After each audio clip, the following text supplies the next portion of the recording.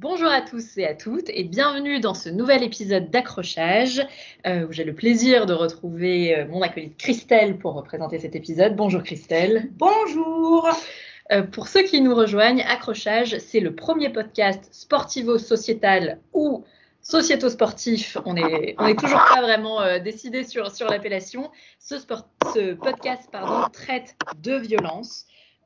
Et dans chaque épisode, on vous propose une analyse sur la violence par le prisme de l'expertise des intervenants. Donc, auparavant, on a parlé de la violence par la self-défense, par les arts martiaux, par le cinéma et la psychanalyse. Donc, finalement, jusqu'à aujourd'hui, on a parlé de la violence envers l'autre dans les arts martiaux, de la violence envers soi dans la psychanalyse, de la violence aussi envers James Cameron dans le cinéma, puisqu'on a tous été remontés quand il a fait mourir Leonardo DiCaprio dans Titanic.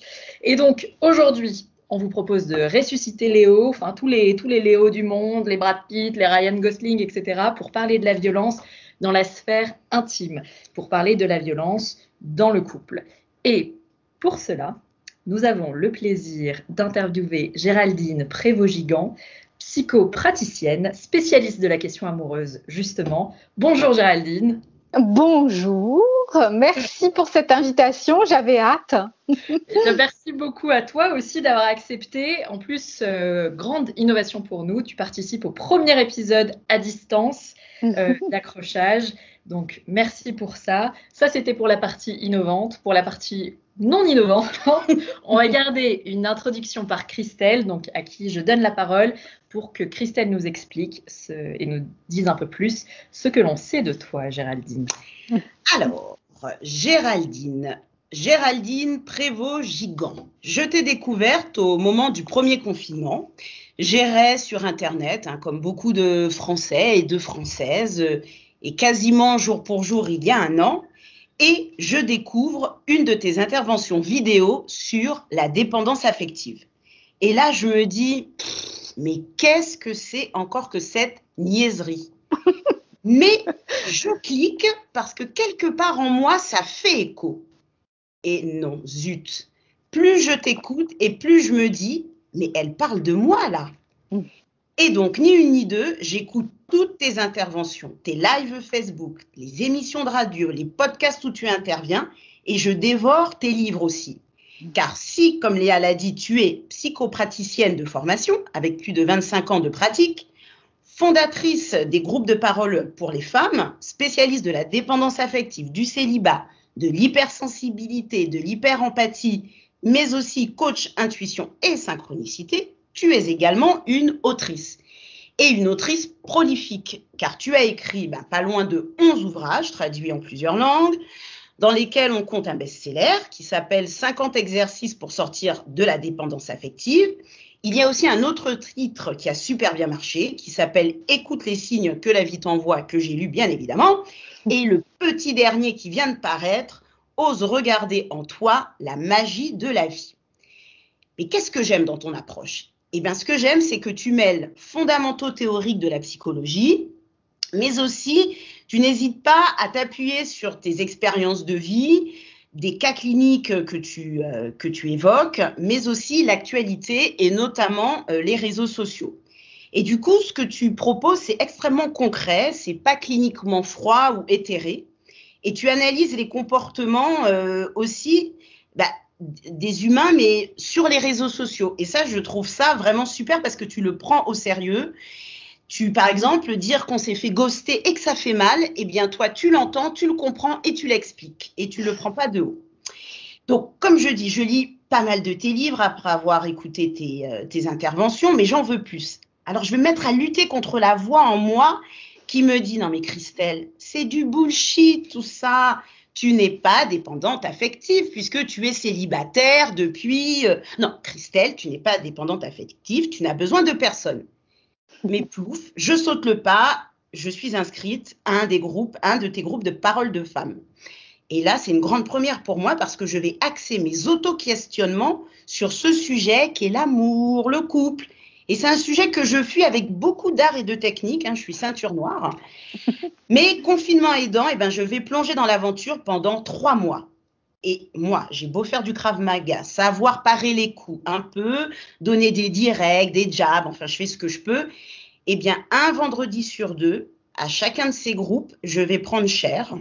Je sortirai de ces groupes de paroles groggy, ou en pleurs, ou hébétées, ou lumineuses, parce que j'aurais eu des révélations sur moi-même et mes fonctionnements.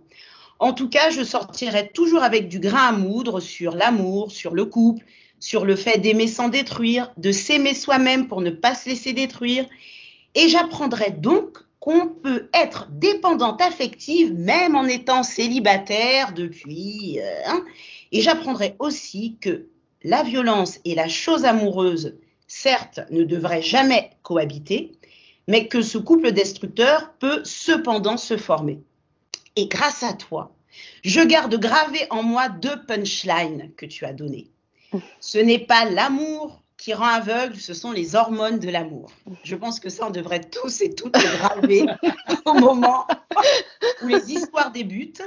Et deuxième punchline, écoutez mesdames, c'est pas anodin de rester 2 heures au téléphone avec quelqu'un au tout début d'une relation. Hein.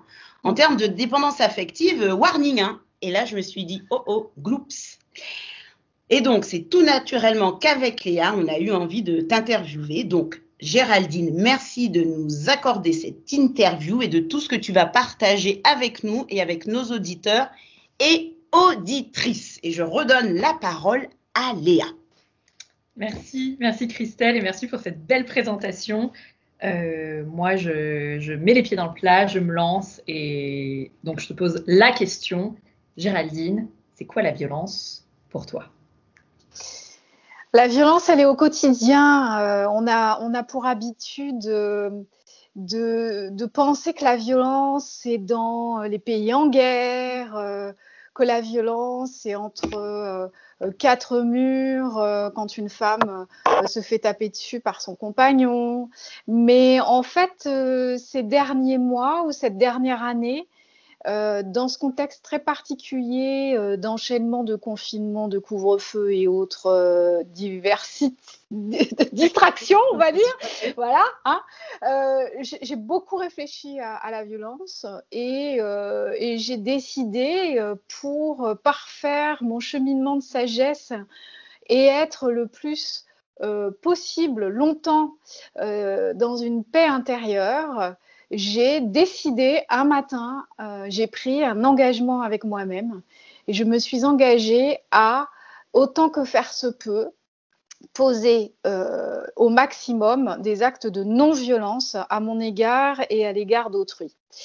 Et là a commencé un parcours pas si simple que cela, qui m'a fait prendre conscience qu'en fait, la violence est partout dans nos relations.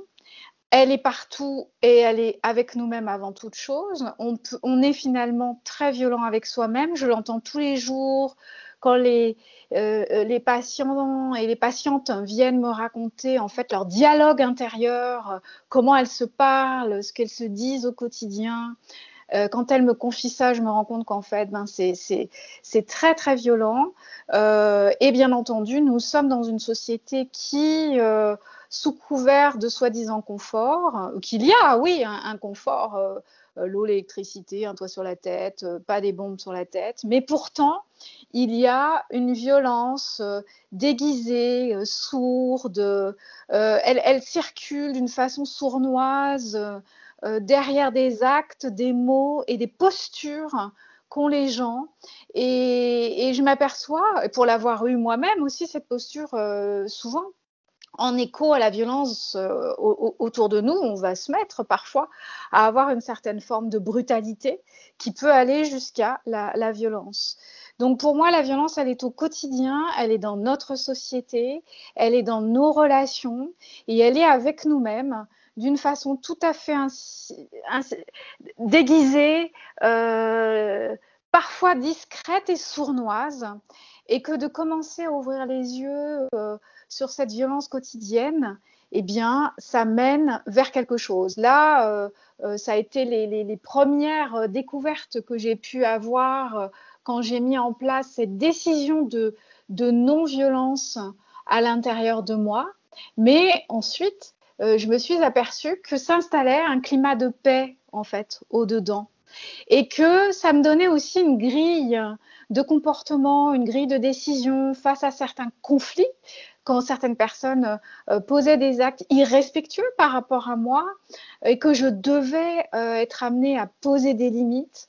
Comment je pourrais le faire? Comment pourrais-je poser des limites en me respectant sans être dans une forme de violence? Parce que finalement, on a des habitudes aussi. Et je trouve petit à petit, chaque situation différente m'apporte un nouvel art de relationner d'abord avec moi, puis d'être en relation avec les autres. Et de petit à petit, me choisir déjà, me faire respecter et aussi poser des actes qui soient doux pour moi et ne plus alimenter les systèmes toxiques que peuvent me présenter les autres. Et je pense que là, ça, c'est la clé de comprendre qu'en fait, les personnes autour de nous et nous-mêmes, suivant là où on en est du travail sur soi, les personnes sont en fait dans une forme d'illusion où elles répètent éternellement les mêmes comportements. Et parfois, nous pouvons être absorbés par la façon dont ces personnes agissent. Et parfois, on peut donner la réplique à quelque chose de violent et être soi-même violent parce qu'en fait, on est en écho avec l'autre, alors qu'en fait, initialement, ça ne viendrait pas de nous, ça ne viendrait pas naturellement comme ça.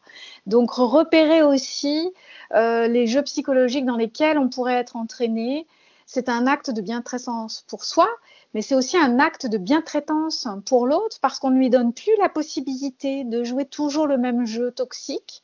Et du coup, soi-même, on sort de ce cercle vicieux et on offre la possibilité à l'autre de sortir aussi de son cercle vicieux.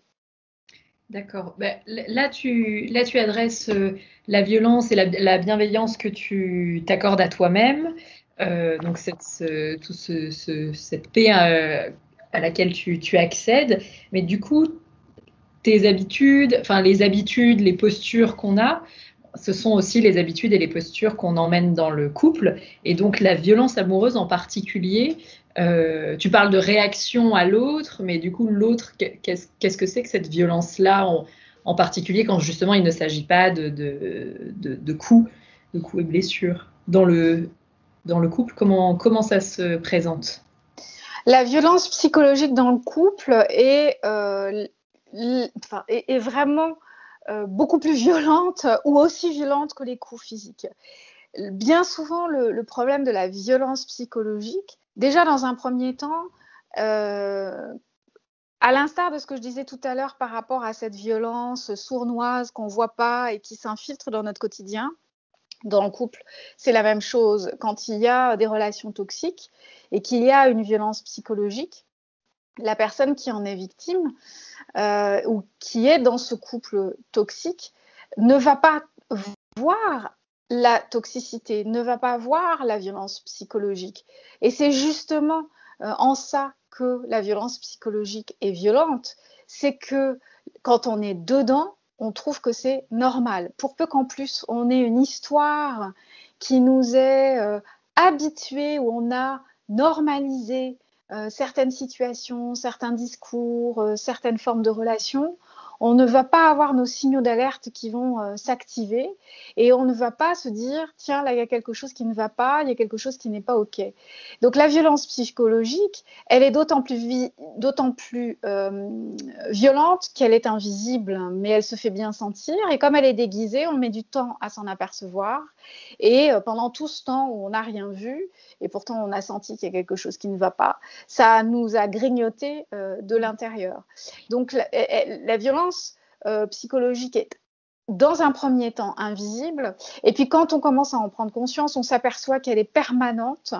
Et là où ce qui est violent, c'est que très souvent la personne qui va être victime de violences psychologiques va être dans la culpabilité.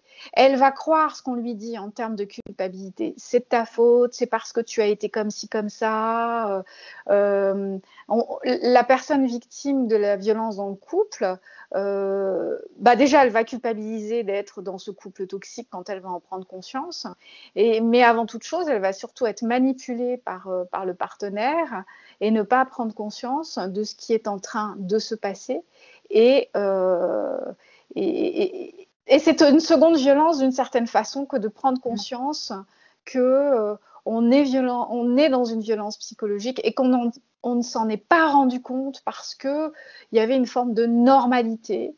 Et c'est comme la grenouille qu'on tue à petit feu, on la met dans de l'eau, dans une casserole, on allume doucement le feu et elle ne se rend compte de rien, on la tue à petit feu. C'est-à-dire que l'eau commence à chauffer, mais la grenouille est anesthésiée et elle ne se rend pas compte qu'on est en train de la tuer. Ben, c'est un peu la même chose. Quand on est plongé dans le bain de la toxicité, de la violence dans le couple, ça nous anesthésie à certains endroits pour certaines personnes, ou ça nous anesthésie complètement pour d'autres, pour peu qu'en plus il y ait eu des traumatismes dans l'enfance, dans l'adolescence, pour peu qu'on ait eu un couple parental qui ait vécu la même chose, etc., etc. Donc il y a la reproduction de ce qu'on a vécu qui fait qu'on banalise et qu'on n'a pas les signaux d'alerte.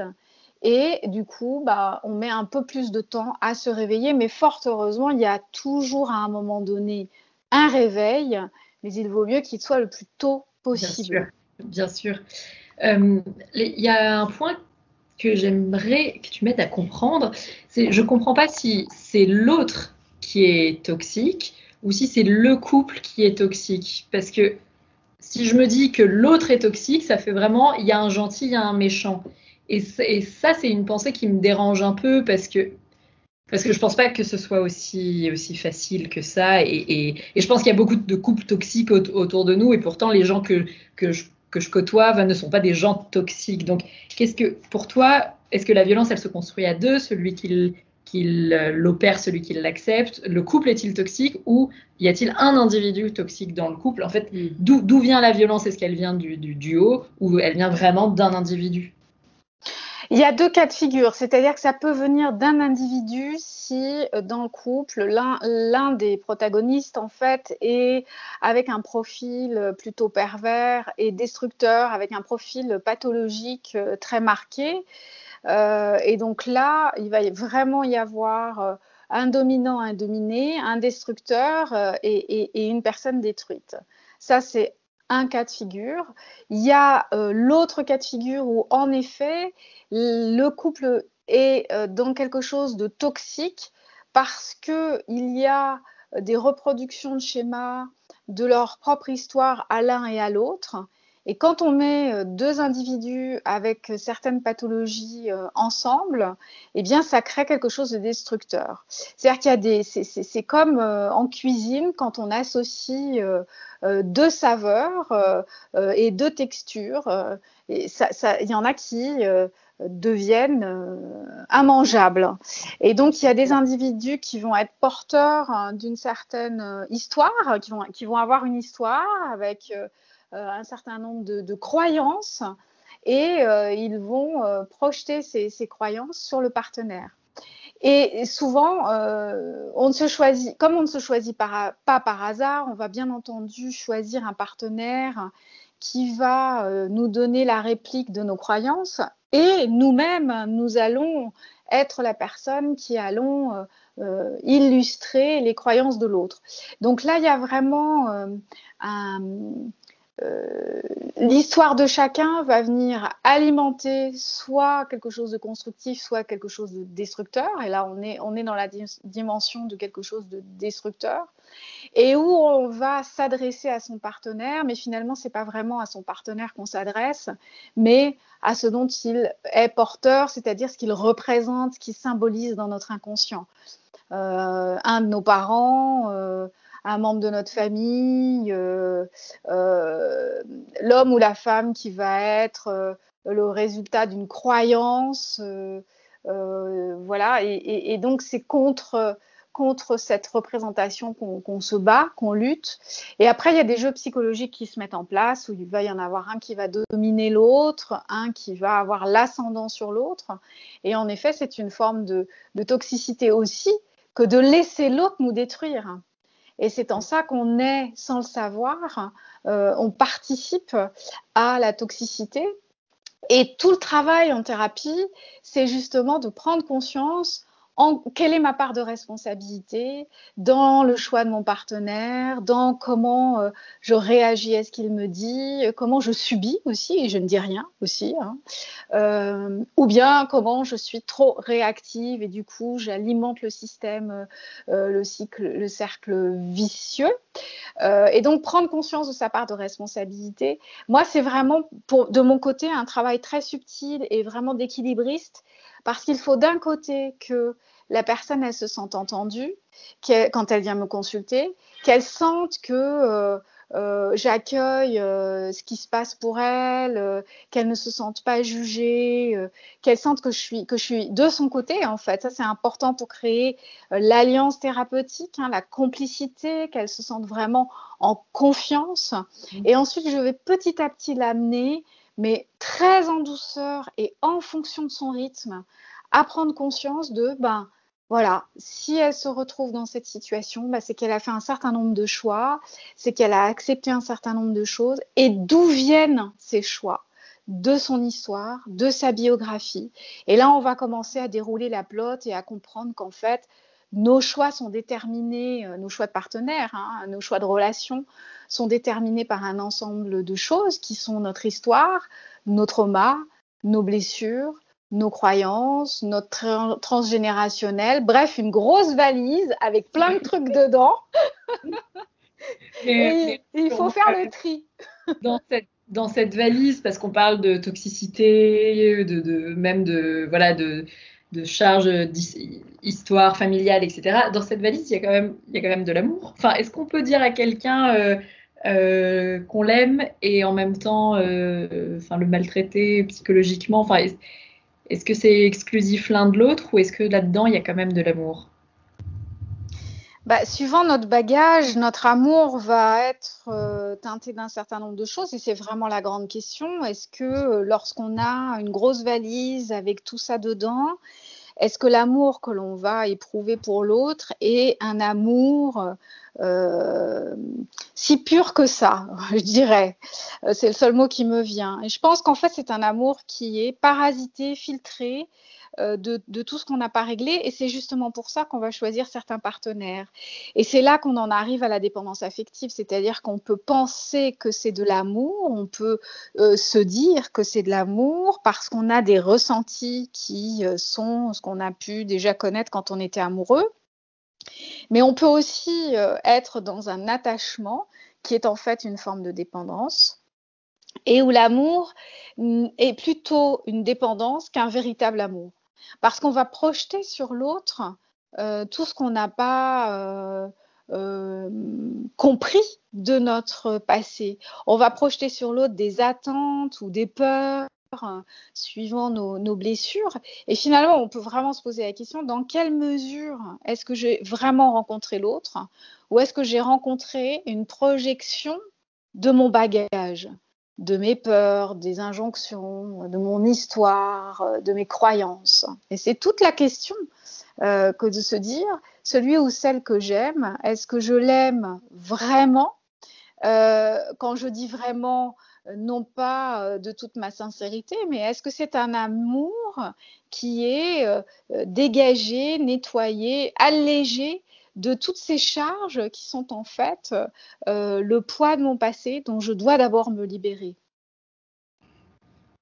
Là, c'est mission impossible ou ça nous laisse sans voix parce que oui. On aura passé d'une vie, enfin. Donc, il y a toujours quelque chose qu'on cherche chez l'autre, donc être très détaché de ça, c'est ça. C'est chaud. C'est chaud. Excusez-nous, auditrice, mais là, ça, c'est interpellant. À côté, le tatami, c'était plus facile. Le ring de boxe. Le ring de boxe, c'est de la gnognotte. C'est clair. Mais en tout cas, merci. Heureusement qu'on y ma arrive. question sur qu'est-ce que la dépendance affective. Donc, merci de... Oui, pour toi, on y arrive. Oui, on y arrive. Et on n'est pas obligé de passer par 20 ans de psychanalyse, puisque je ne suis pas psychanalyste, on l'aura compris. Et fort heureusement, j'ai la joie de voir des personnes qui avancent à grands pas. Et tout ce dont je suis en train de parler là, c'est-à-dire la grosse valise qu'on ouvre et on fait le tri, c'est pas si compliqué que ça pour moi en tant qu'accompagnante, mais en tout cas, ça prend pas autant de temps que cela. Et donc, on peut assez rapidement faire le tri, s'alléger. Le plus important, c'est d'avoir conscience en fait de ce que l'on projette, de ce qu'on répète, de ce que l'on reproduit. Et quand on a commencé déjà à comprendre ça, ben c'est une énorme, énorme, énorme étape. Donc heureusement, on a, enfin, je veux dire, c'est pas un travail d'une vie, ça prend un certain temps et un temps qui va être différent pour chaque personne. Et c'est là aussi où j'ai découvert avec le temps que ce travail qui, au départ, en fait, là, toute cette partie dont je viens de vous parler est vraiment un travail de connaissance de soi au sens psychologique du terme.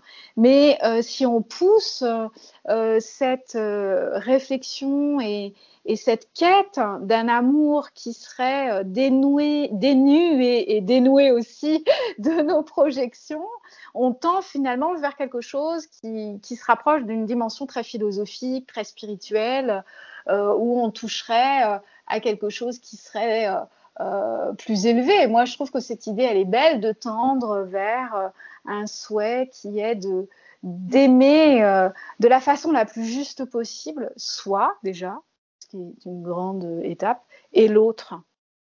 D'accord. J'ai une dernière question avant de passer la parole à Christelle. C'est dans ces personnes que tu aides, dans ta patientèle, est-ce que c'est ceux qui subissent la toxicité ou c'est aussi ceux qui la font subir? Parce que quand on subit la toxicité, on peut se dire « Ah, mais là, ça ne me convient pas, je dois faire quelque chose ». Mais est-ce qu'il y a un réveil de la part chez l'autre aussi? Et est-ce que dans ta patientèle, tu as des gens qui sont de l'autre côté? Oh mon Dieu, je suis en train de faire subir quelque chose d'horrible ou en tout cas de pas terrible à l'autre. Je m'adresse à toi. Est-ce que tu as les deux profils? Alors, les personnes arrivent avec un discours de « je suis victime » et peuvent, au cours du travail, se rendre compte de ce qu'elles ont mis en place qui n'était pas OK.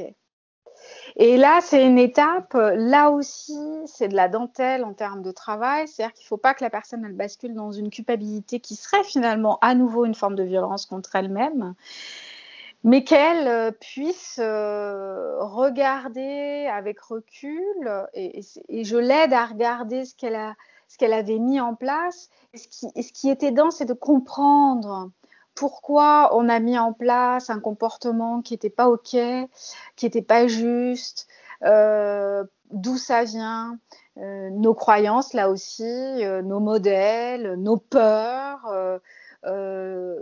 La seule réplique qu'on a pu trouver face à ce qui nous était dit aussi, et de petit à petit prendre conscience de ça, ça aide énormément. Donc, au départ, quand les personnes arrivent, elles se disent...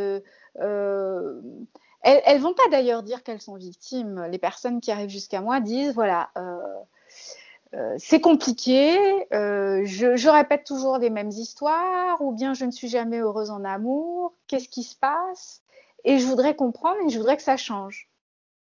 Et c'est là qu'ensuite, il y a une autre étape qui est de prendre conscience qu'il y a eu des mauvais choix de personnes, de partenaires, qu'elles ont été en effet victimes de certaines situations. Et ensuite, la troisième étape, de découvrir dans quelle mesure elles ont plus ou moins alimenté quelque chose qui n'était pas juste, dans quelle mesure elles étaient dans la reproduction de ce qu'elles ont peut-être vu en termes de couple parental ou subi, et de décortiquer tout ça sans se sentir dans la culpabilité, ça c'est extrêmement important. Et puis il y a une autre catégorie de personnes qui ne font que passer et qui sont des personnes qui vont arriver jusqu'à moi. Alors, est-ce qu'elles croient vraiment ce qu'elles disent? Je ne suis pas certaine, mais bon. C'est-à-dire qu'elles vont dire que c'est compliqué les relations Et petit à petit, je vais m'apercevoir que ce sont des personnes qui mettent en place des modes comportementaux, relationnels avec l'autre, qui ne sont pas du tout respectueux pour l'autre. Et bien entendu, ce sont des personnes qui vont le tenter avec moi. Donc, ce sont des personnes qui viennent intoxiquer l'espace thérapeutique, qui viennent créer ce qu'elles font toujours avec tout le monde. En fait, elles sont enfermées dans un mode relationnel avec une vision du monde d'elles-mêmes et des autres qui est assez spécifique à leur forme de souffrance dont elles ne sont pas vraiment conscientes, et elles vont venir intoxiquer l'espace thérapeutique. Ça arrive.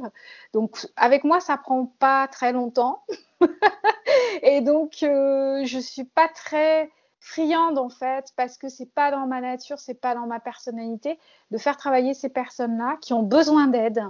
Et il y a en revanche j'ai des confrères, des consoeurs qui sont dont la personnalité, l'énergie et la mission de vie, je dirais, sont plus OK avec ça, voire même aiment bien travailler avec ce type de profil. Et donc, voilà, la nature est bien faite. Il y a différents profils d'accompagnants pour différents profils d'accompagnés. Et en tout cas, toujours dans cette idée de non-violence, je veille à ce que mon espace thérapeutique, c'est-à-dire l'espace que j'offre aux personnes, qui devient ensuite leur espace, soit un espace qui soit sain. Parce que ça leur permet, et ça c'est fondamental dans mon accompagnement, de découvrir qu'est-ce que c'est qu'une relation qui est dans l'altérité, où il n'y a pas du rapport de force, où c'est dénué de toxicité, où c'est un espace sain, protégé, respectueux, abondant dans le sens que des ressources vont pouvoir fleurir, des prises de conscience vont pouvoir se faire, une parole qui n'a jamais été posée va pouvoir être dite.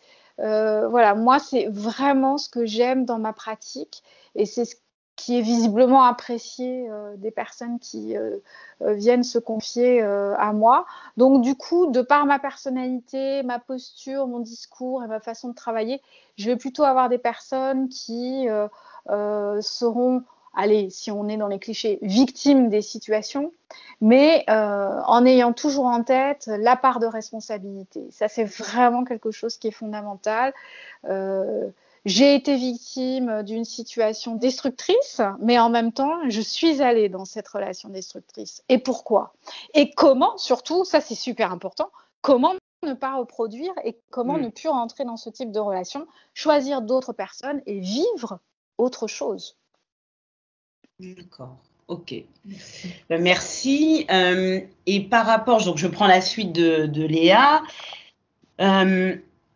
Justement, par rapport à ces relations qui peuvent être destructrices, violentes, parce que comme tu le dis, il n'y a pas d'altérité, c'est-à-dire il n'y a pas la place pour une autre façon d'être que la mienne.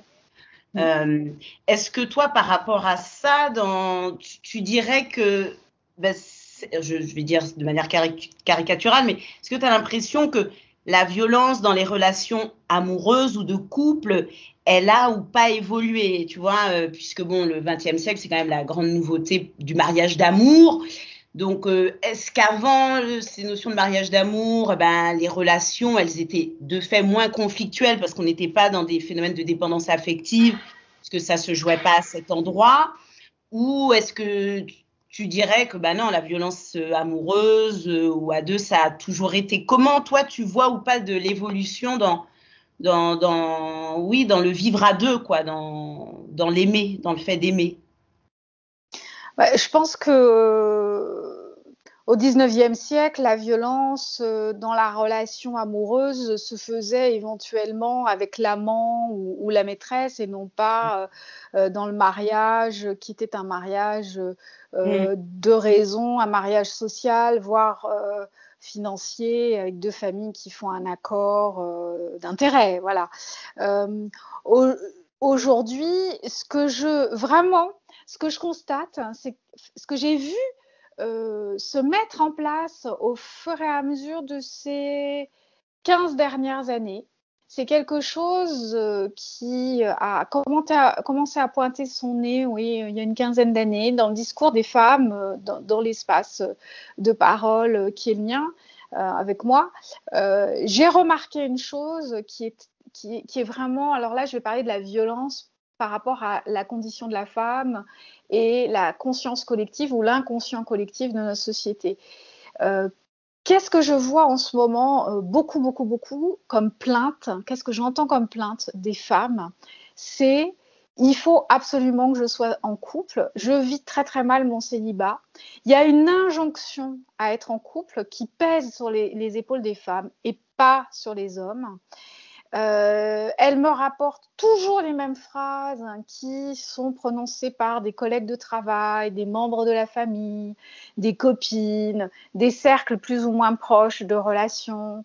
Comment ça se fait, une belle fille comme toi, que tu sois toute seule?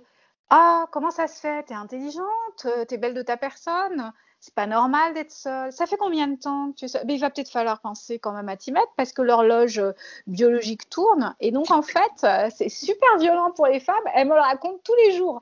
Tous les jours, j'entends ça.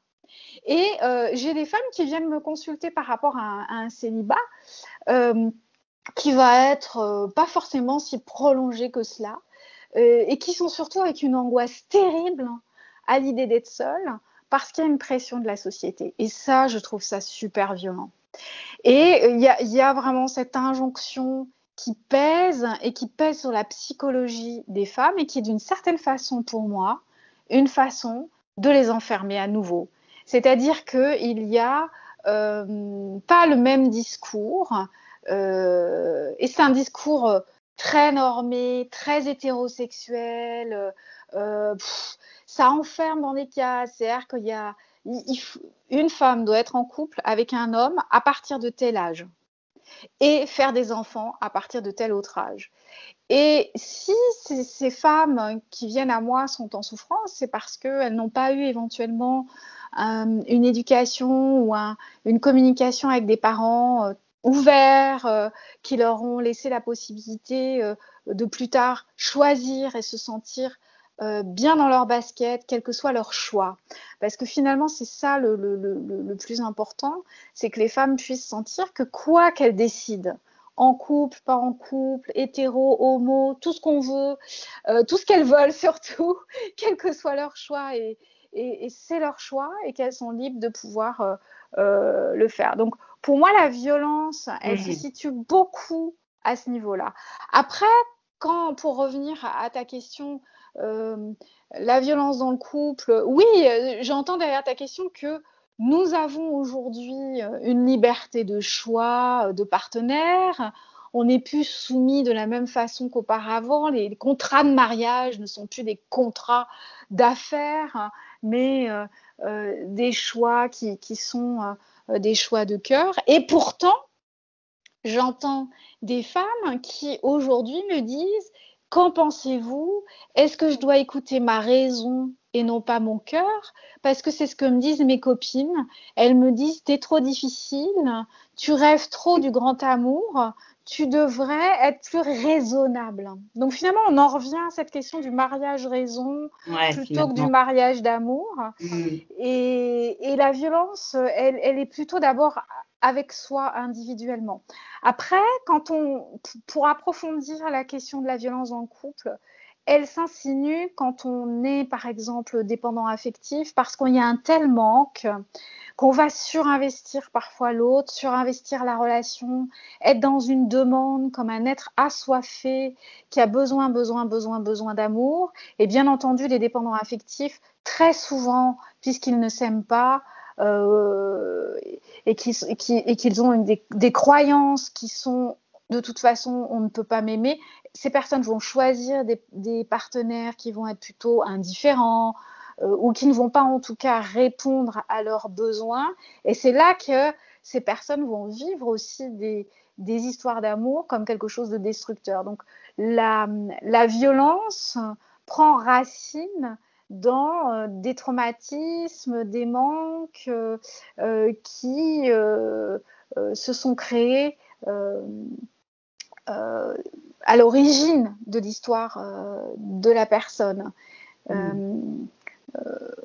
Voilà, et pour peu que, comme je disais tout à l'heure, il y ait deux histoires qui se rencontrent avec ces deux partenaires, et ça peut faire quelque chose d'extrêmement violent, parce que l'un et l'autre vont incarner quelque chose qui va leur faire revivre encore et encore et encore un drame familial, une croyance, de toute façon je n'ai pas le droit à l'amour, la preuve, de toute façon l'amour ça fait souffrir, la preuve, voilà, personne ne me comprend, je serai toujours toute seule.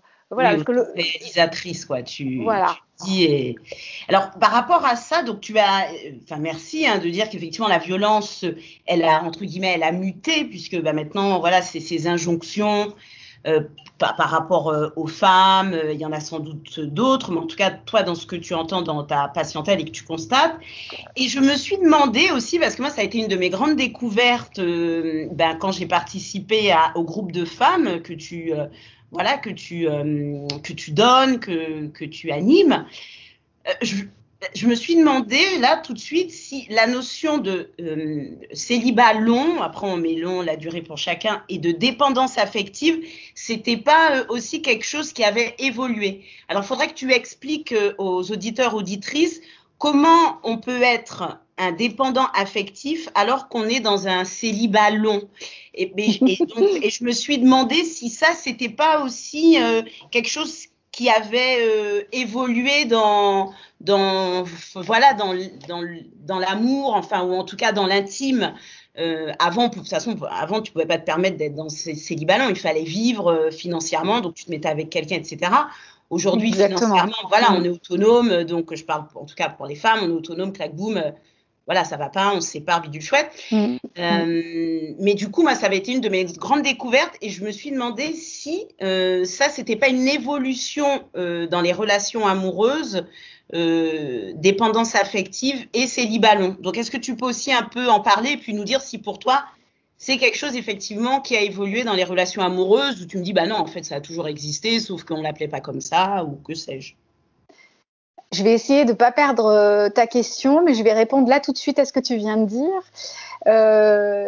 L'injonction à être absolument en couple crée une pression qui, à mon avis, fait vivre aux femmes la sensation que leur célibat est trop long. Puisqu'il faut absolument être en couple, sinon tu n'as pas de valeur. C'est complètement rétrograde. C'est-à-dire qu'on en revient à quand tu épouses Monsieur Dupont, tu deviens Madame Dupont, même si tu t'appelles Madame, je sais pas moi, j'ai rien qui me vient, mais bon, tu vois ce que je veux dire, c'est une perte d'identité. Et je trouve qu'on en revient quand même un peu à ça, avec cette histoire de jugement qu'on porte aux femmes du fait qu'elles sont célibataires. Déjà, on ne sait pas ce qu'elles font de leur sexualité et elles ont le droit d'en faire ce qu'elles veulent. C'est pas parce qu'elles sont pas officiellement avec un mec qu'il se passe rien dans leur vie, déjà, pour commencer. Et donc, c'est vraiment une représentation sociale qui dévalorise les femmes et qui font que, à mon avis, elles vont vivre aujourd'hui un célibat qu'elles vont juger prolongé et anormal. C'est-à-dire qu'en fait, aujourd'hui, une femme célibataire, c'est pas normal.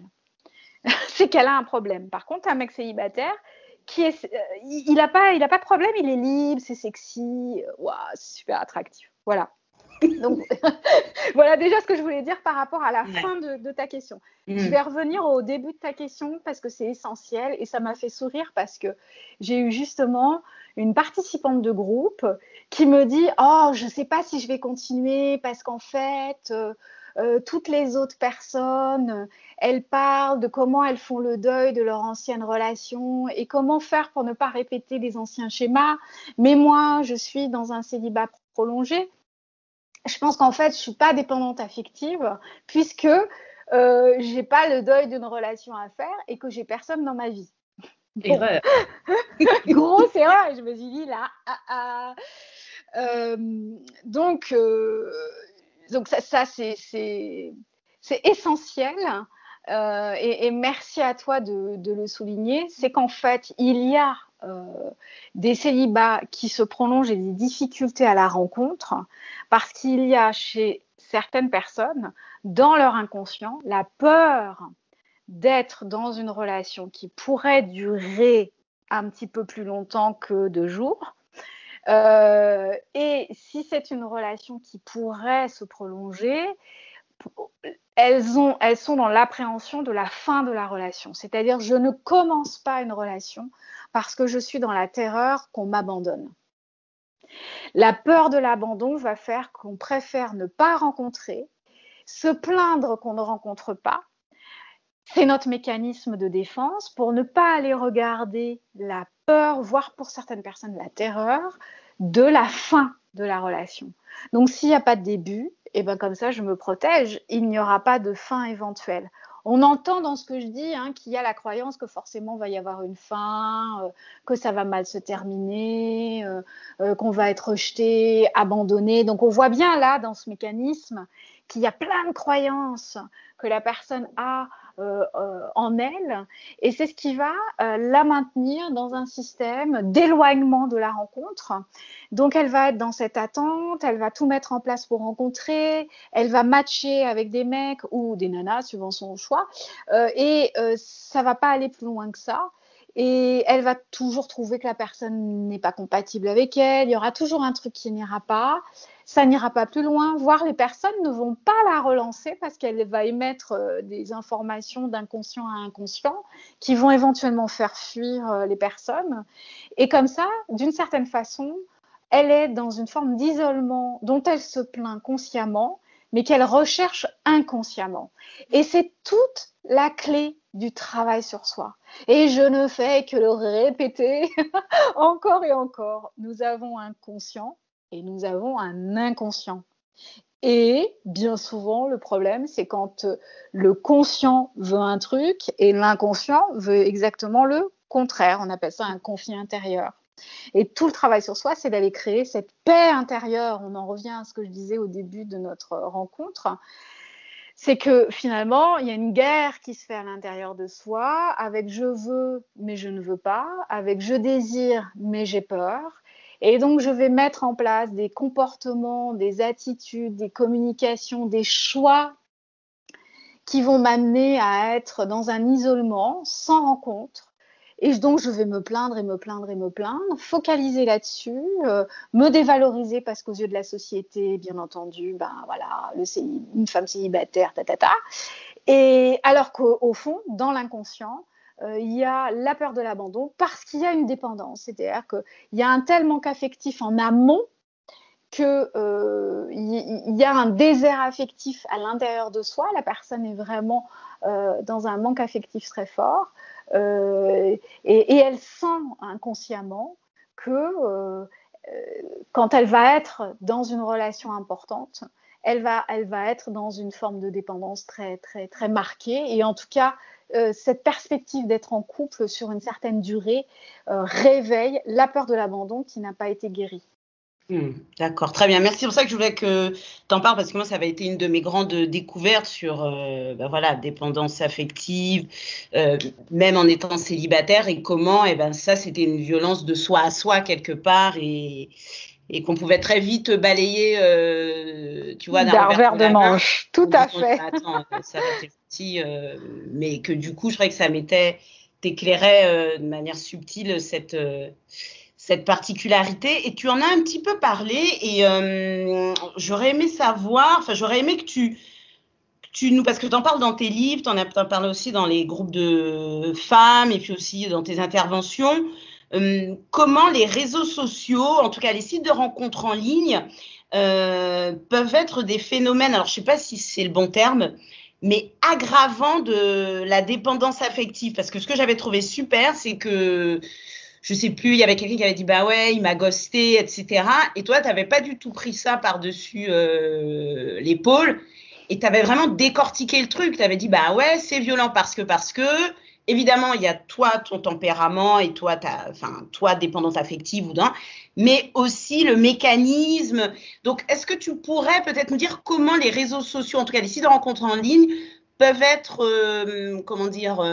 peuvent venir nourrir des relations amoureuses qui pourraient être violentes ou pas. En tout cas, comment réseaux sociaux, violence intime, comment ça se coordonne tout ça? Parce que j'avais trouvé ça super intéressant que tu dises, déjà, tu employais ce mot-là, tu vois. On n'a pas forcément chez d'autres praticiens, tu vois. Donc, je dirais que c'était éminemment connecté à la réalité, même pas que des jeunes, quoi, à la réalité aussi de comment on fait des rencontres aujourd'hui. Absolument. Je prends toujours très au sérieux ce que les personnes me rapportent de leur quotidien. Parce que c'est vraiment là que peut se faire sentir une forme de souffrance, mais c'est aussi pour moi très intéressant de voir comment elles vivent leur quotidien et quelles sont leurs habitudes. Et c'est en ça aussi que ma perspective de travail, elle n'est pas que au travers de la grille psychologique, elle est aussi au travers de la grille sociologique. Et j'ai vu au fur et à mesure des années une évolution d'une forme de violence relationnelle qui se manifeste au travers de notre modernité. Donc, je ne suis pas anti-modernité, au contraire, la preuve, nous sommes à distance et c'est comme si on était dans la même pièce toutes les trois et tous ensemble. Donc, moi, j'adore cette modernité qui permet d'abolir l'espace, voire le temps. Je trouve ça quasiment un super pouvoir magique, mais comme tout super pouvoir, tout dépend quelle est notre intention. Comme tout super pouvoir, suivant notre intention, suivant de là d'où ça part en nous, on va pervertir ce super pouvoir et le rendre destructeur, voire violent, ou bien le rendre producteur de belles rencontres, de créativité, d'abondance et de belles connexions. Et donc, par rapport aux réseaux sociaux et aux sites de rencontres, ce qui m'est rapporté, c'est une certaine violence relationnelle parce qu'en fait, nous sommes dans une société de la relation à l'objet.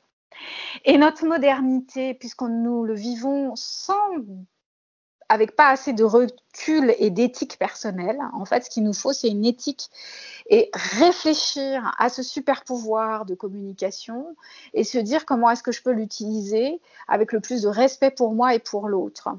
Eh bien, c'est en prenant conscience qu'en fait, ce super pouvoir qui est la magie des connexions et cette rapidité de rencontre et aussi de séparation, c'est qu'en fait, ça intensifie la relation à l'objet. C'est-à-dire que d'un clic, je peux rencontrer ce que je vais espérer être l'amour de ma vie, et d'un autre clic, je vais du jour au lendemain abolir toute connexion, je vais couper tous les fils relationnels avec une certaine personne, sans explication.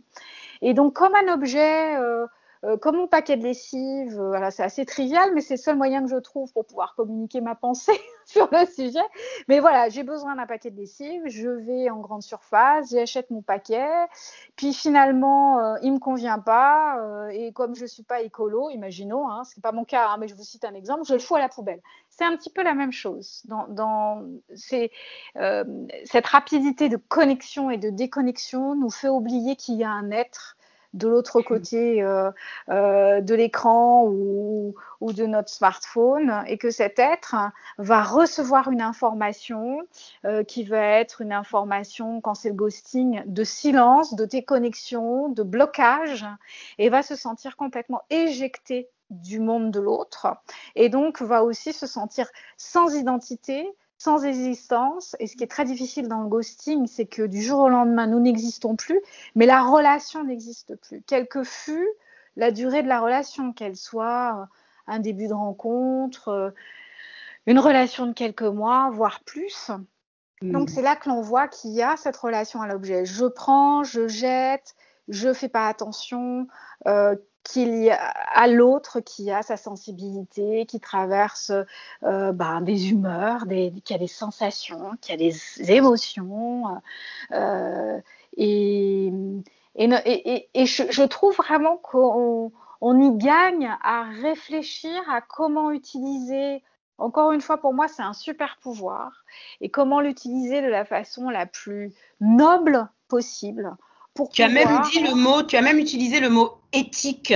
Oui. Qu'est-ce que concrètement, comment on pourrait être dans cette noblesse, et je parle aussi pour moi, ne pas être dans la facilité, voire la bassesse qui est de je réponds pas et l'autre il va comprendre en fait qu'il m'intéresse pas, tu vois, parce que des fois il y a ça, tu vois, tu vas pas ghoster en mode, tu vois, comment dire, Je frontal. bloque de partout. Oui, ça peut être la non-réponse. C'est ça, tu vois, c'est le petit ghosting, tu vois, qui dit pas son nom, mais tu vois, c'est la petite bassesse du dimanche soir, quoi. Bon, bah écoute, il va bien comprendre.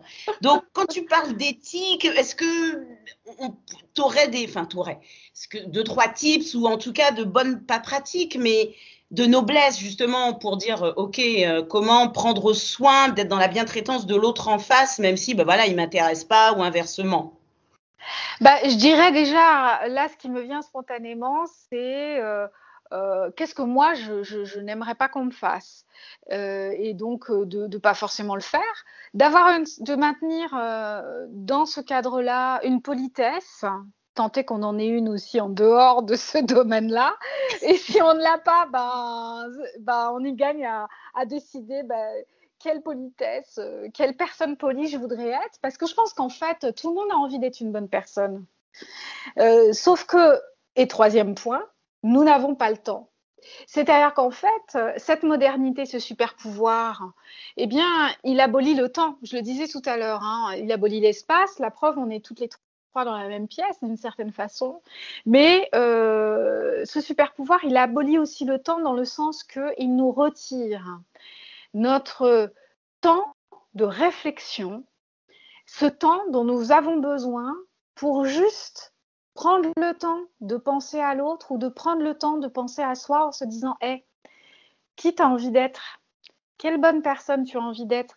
Ça ne veut pas dire d'être trop bonne, trop conne.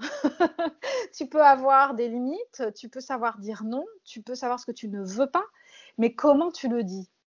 Et c'est la même chose qu'en termes de communication dans notre vie en face à face. C'est un mode de communication et je pense que c'est arrivé tellement vite et d'une telle évidence, une telle accessibilité qu'on n'a pas pris le temps de se dire attends, c'est un mode de communication et justement, est-ce que je communique bien? Est-ce que j'envoie les bonnes informations? Et est-ce que je prends juste le temps déjà de recevoir l'info quand j'en ai et prendre le temps de comment je vais transmettre l'information quand je n'ai pas de temps. Alors, je ne dis pas que je suis super carrée sur cette éthique. Moi aussi, parfois, j'oublie de répondre à quelqu'un. Alors, moi, mon grand truc, c'est qu'en fait, j'écris des SMS que je n'envoie jamais parce qu'en fait, j'oublie d'appuyer sur envoyer. Voilà, donc, et je pense que c'est déjà arrivé à un bon nombre d'entre nous. Et ben, c'est bien la preuve qu'en fait, c'est qu'on est décentré, tu vois. C'est qu'on a tellement de trucs à faire qu'on n'a même pas le temps de vérifier qu'on a appuyé sur envoyer. Tu peux relire ton message 4 fois, faire super attention et tout. Puis au final, passe à la trappe le fait d'envoyer le message. Ça m'est arrivé pas plus tard qu'aujourd'hui, c'est pour ça que je prends cet exemple. Et donc en fait, l'éthique, c'est ça, c'est se dire, attends, on se calme, on ralentit, parce qu'il y a quand même une accélération de tout avec cette rapidité d'information reçue et transmise.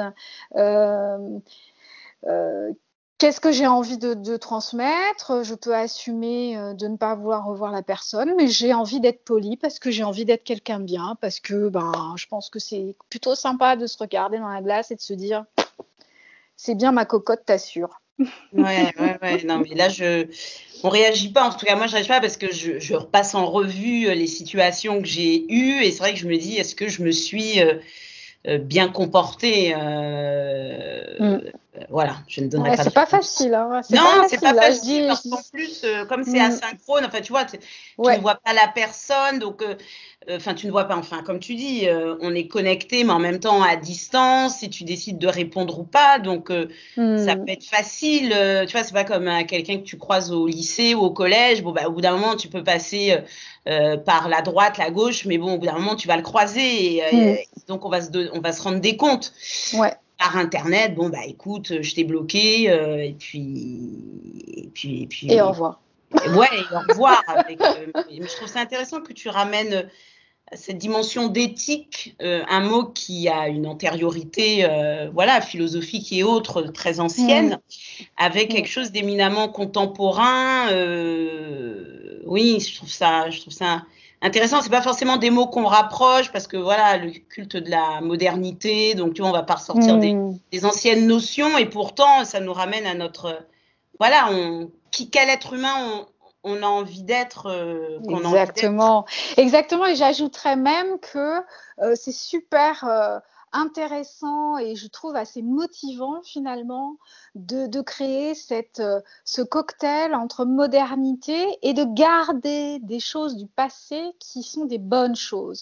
C'est comme pour le transgénérationnel. Qu'est-ce que j'ai envie de garder de mes aïeux et qu'est-ce que je dois absolument leur rendre parce que ça me charge de quelque chose qui ne m'appartient pas. Et ben voilà un exemple aussi de ce qu'on. Il y a des choses qu'on nous devons garder. Je dis que nous devons parce que ça peut nous apporter énormément que de l'associer à la modernité.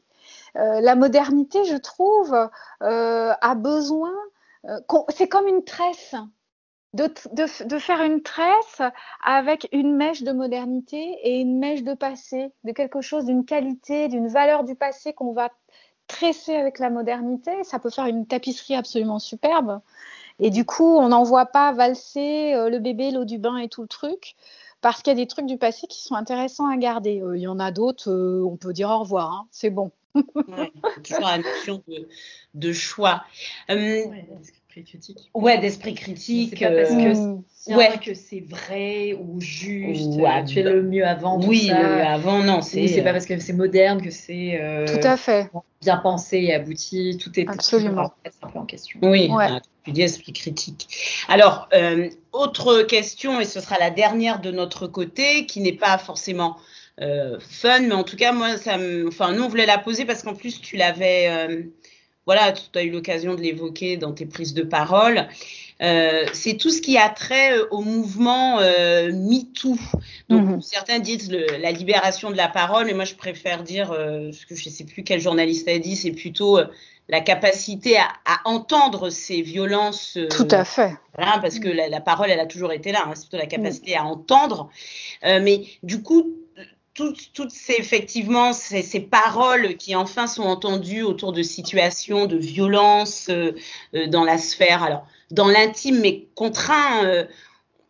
Oui, qu'est-ce que ça vient dire je sais pas, du rapport à l'autre dans l'intime, dans le fait de pouvoir porter des actes destructeurs comme ça. Qu'est-ce que toi t'aurais à en dire? Voilà, je sais pas. C'est le signe de quoi pour toi, MeToo?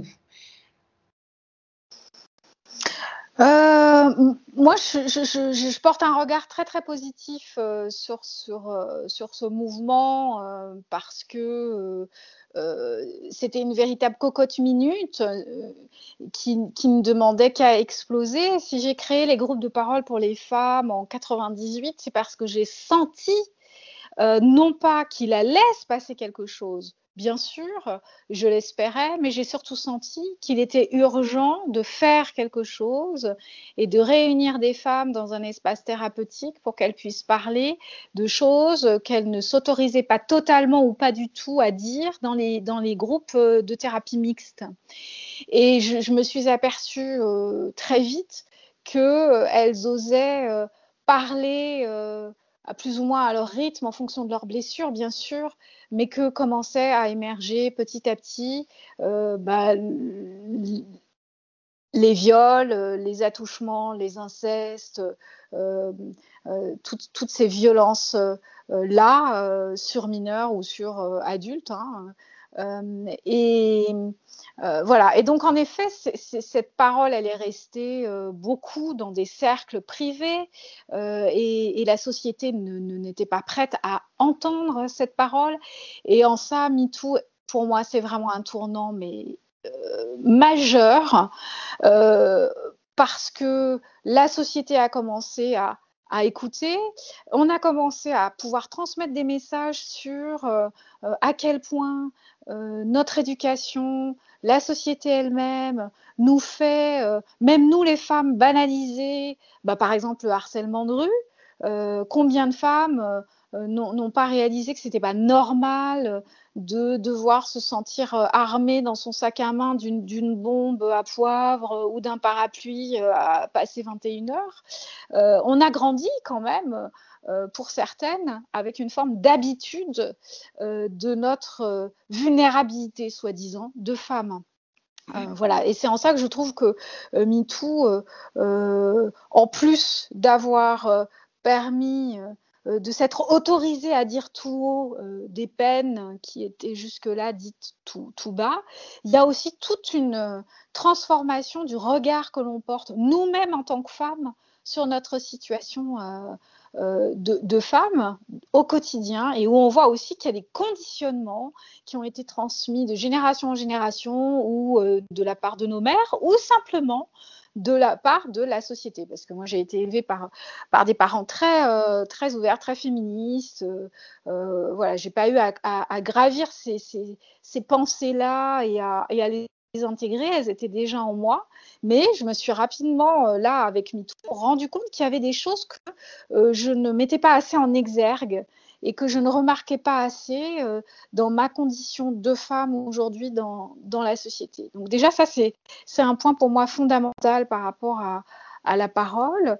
J'ai vu aussi l'effet à l'intérieur de mes groupes, qui sont des groupes fermés, qui sont des groupes intimes, où on est censé se sentir tout à fait libre de parler en tant que femme, et où finalement, je me suis aperçue que ce tournant, parce que pour moi c'est un vrai tournant MeToo, a aussi libéré une parole qui était censée être libérée dans mes groupes de parole, mais où finalement les femmes n'allaient pas plus loin parce qu'il y avait cette forme de vision limitée de ce qu'on peut dire, de ce qu'on n'ose pas dire, de ce qu'on a le droit de revendiquer par rapport à notre corps, notre liberté. Voilà. Et je trouve que ça, c'est assez révolutionnaire. J'espère que ça va continuer dans le bon sens. Donc là, je vois des trucs sur les réseaux, par exemple, assez violents, en réponse à ce réveil. Donc il va y avoir des excès de toutes parts, comme c'est parce qu'on tâtonne, en fait. On essaye de s'extirper du patriarcat, parce que, à mon sens, c'est ça qui est en train de se passer. C'est qu'on est en train d'assister, et moi je trouve ça waouh, trop génial. On est en train de se rendre compte que notre société est construite sur le patriarcat, et les femmes se réveillent. C'est tout l'objet de mon dernier livre, hein, et je commence par ces propos-là. Il est temps qu'on se réveille, et c'est l'histoire d'une femme ordinaire qui devient extraordinaire parce qu'elle rencontre un groupe de femmes et qu'elle se rend compte, en fait, de la puissance de son féminin. Et j'espère qu'on ne va pas basculer dans un matriarcat qui serait la copie opposée, mais semblable au patriarcat. Moi, je prône l'altérité, je prône vraiment la place pour tous, l'égalité. Alors, je suis peut-être utopiste, optimiste, voilà, mais j'aime regarder dans cette direction-là. Mais je trouve que... et par contre, où est, je ne saurais pas dire par contre où est, je n'arrive pas à dire, mais MeToo a été à la fois et est toujours pour moi quelque chose de waouh, et en même temps, je suis accablée de voir ce que j'ai pu moi-même constater au sein du cabinet, c'est qu'une femme sur deux, et encore, je me demande si je ne suis pas optimiste, mais une femme sur deux a été violentée, quel que soit le moment de sa vie. Quasiment toutes mes patientes, quelle que soit la génération, quelles que soient les origines sociales, quelles que soient les origines culturelles, quelles que soient les origines de pays, ont subi plus ou moins un non-respect de leur corps, de leur féminin, de leur sexualité. C'est que moi, ça a été vraiment au fil des années quelque chose qui m'a de plus en plus marquée, et qui chaque jour me fait me dire, voilà pourquoi je fais ce travail-là avec ces femmes. C'est que on ne soupçonne pas à quel point il y a un nombre mais incroyable, mais c'est hallucinant le nombre de femmes qui ont été violentées, agressées, touchées, agressées verbalement, ne serait-ce qu'au sein des familles, parfois au niveau de leur féminité. Et là, il y a vraiment un boulot à faire, et il y a encore du chemin. Et c'est ce que toi tu proposes, en tout cas dans tes accompagnements, et c'est ça que moi je trouvais précieux, c'était enfin comment dire, de pas être dans un angélisme de oui on s'aime, donc si on s'aime, même tu vois, si on s'aime il n'y a pas de problème, Parce qu'il y a quand même beaucoup la croyance que la violence dans l'intime, c'est que s'il y a des coups ou si malheureusement ça finit par le décès. Et voilà, et ce que tu montres, c'est qu'elle est protéiforme, la violence tout à fait. que ce soit verbale, que ce soit familiale. Et donc, voilà, nous, c'est pour ça qu'on voulait t'interviewer pour faire entendre que, oui, la violence de couple ou à deux ou ce que tu veux, enfin, de l'intime, elle est protéiforme, elle n'est pas minimisée parce qu'il y aurait de l'amour et qu'il s'agit aussi de prendre du recul, de regarder comment on en est arrivé là, pourquoi, et de se dire comment surtout ne pas y recéder ou ne pas y retourner à nouveau. Donc voilà, c'est pour ça que nous, on voulait t'interviewer dans le podcast, quoi. Super, super. Bah, merci de m'avoir laissé ce temps, cet espace pour pouvoir diffuser ce qui est cher à mon cœur. Voilà, tous ces sujets-là sont, je trouve, importants pour nous tous et toutes, et surtout en ce moment. Oui, surtout là, avec les périodes là, de confinement, de stress, d'angoisse. Même si on l'entend de moins en moins, mais on se dit toujours que la violence dans le couple ou quoi, c'est parce que le mari ou le compagnon, voilà, il a défenestré sa femme. Donc on dit, oui, là, c'est vraiment la violence faite aux femmes. Et en fait, moi, ce que j'ai découvert dans tes groupes, c'est qu'en fait, tu montres que, en fait, c'est plus enfin, ça, c'en est une, mais qu'elle est éminemment plus complexe.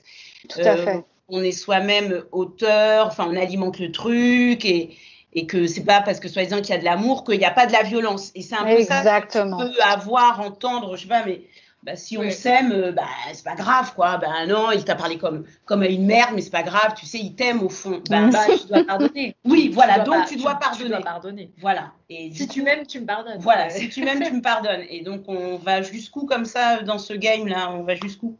Ça me fait penser aux écrits d'Alice Miller que j'aime beaucoup, assez décriés des psychanalystes parce qu'elle a quand même pris un tournant assez marqué. Mais il y a un de ses livres qui, je crois, si ma mémoire est bonne, s'appelle « C'est pour ton bien ».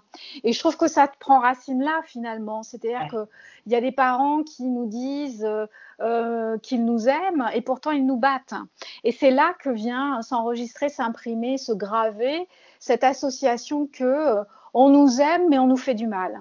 Et finalement, on peut aussi grandir dans une famille où il y a une violence psychologique dont on ne s'est jamais rendu compte, on s'en rend compte au cours de la thérapie. Et du coup, elle est banalisée, c'est normal. Et donc, c'est pour ça qu'on va se retrouver dans des couples, à former soi-même des couples avec des personnes qui vont nous donner la réplique et nous faire revivre quelque chose de toxique. Mais en effet, l'association d'acceptation de la violence au nom de l'amour, c'est parfois, pas toujours, parce qu'il y a aussi, on l'a vu, l'influence de la société, mais c'est parfois parce que dans notre éducation, on nous a fait passer ce message-là et qu'à un moment donné, c'est venu s'imprimer en soi comme une grille référentielle et du coup, on va en effet être dans l'acceptation de l'inacceptable au nom de l'amour. Ouais, mais après ce que tu dis, je trouve que le réveil, il est d'autant plus dur que t'es en couple, ça va pas bien, tu réalises que tu veux t'extirper de cette situation qui ne te convient pas, et donc la situation qui t'attend, c'est le célibat maudit par la société. Tout à fait. C'est quoi, la peste ou le choléra? Comment ça se passe? En fait, oui, la clé, c'est s'aimer. Si tu t'aimes en couple ou seul, ça ira. Mais je dis pas que j'ai réussi, hein. Je dis pas que j'ai réussi. Tu vois, ça c'est le Graal.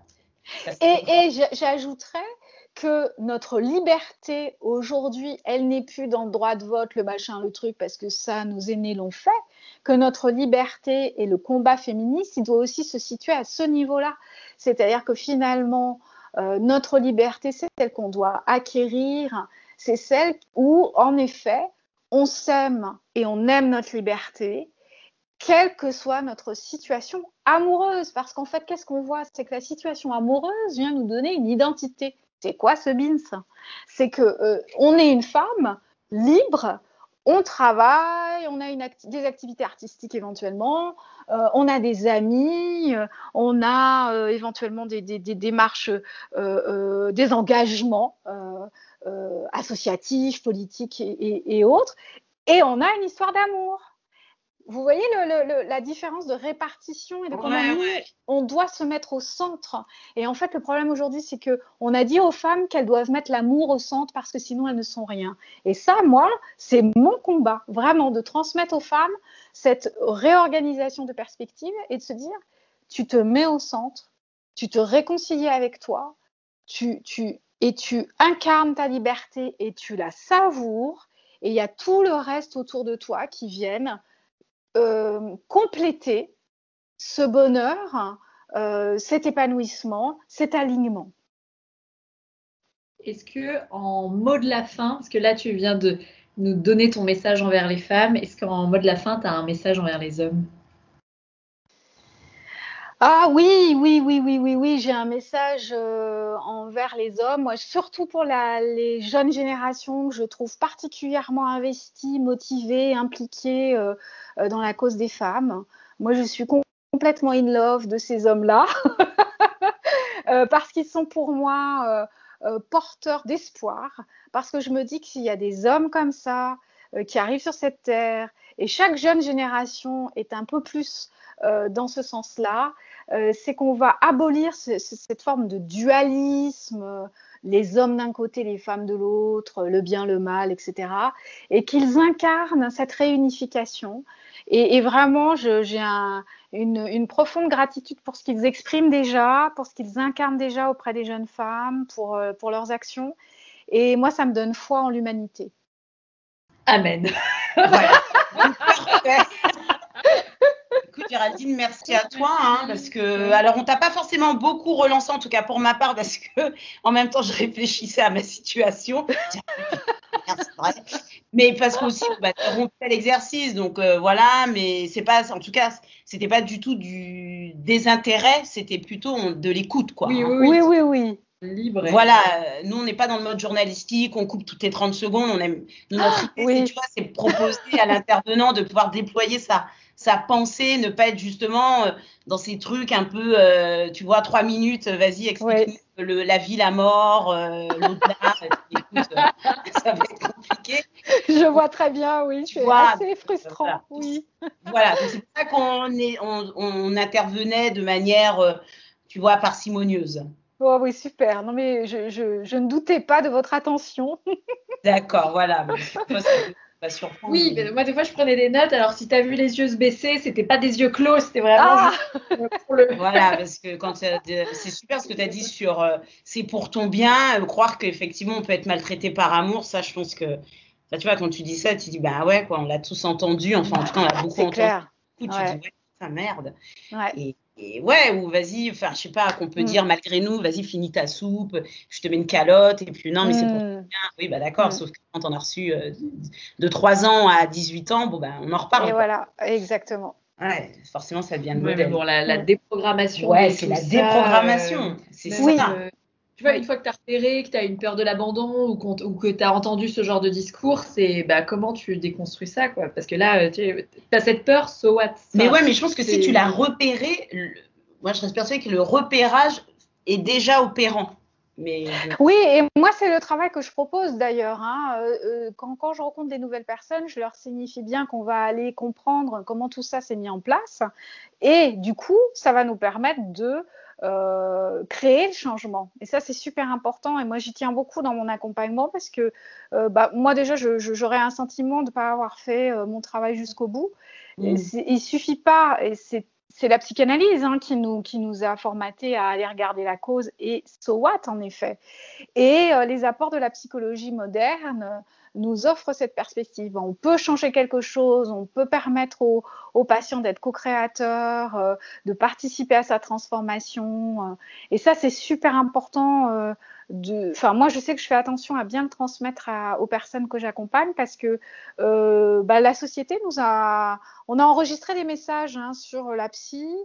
Aller en psy, faire un travail psy, c'est connaître la cause. Non, bien sûr, c'est hyper important pour savoir ensuite quoi faire pour créer du changement, pour avoir d'autres choix, d'autres comportements, une autre vision du monde, etc. Ça, j'y tiens beaucoup parce que c'est, à mon sens, comme ça qu'on peut vraiment créer le changement dans sa vie durablement. Ok, super. Moi, j'ai redécouvrir tes bouquins avec plaisir et Christelle, lire les nouveaux. Voilà, exactement. Super.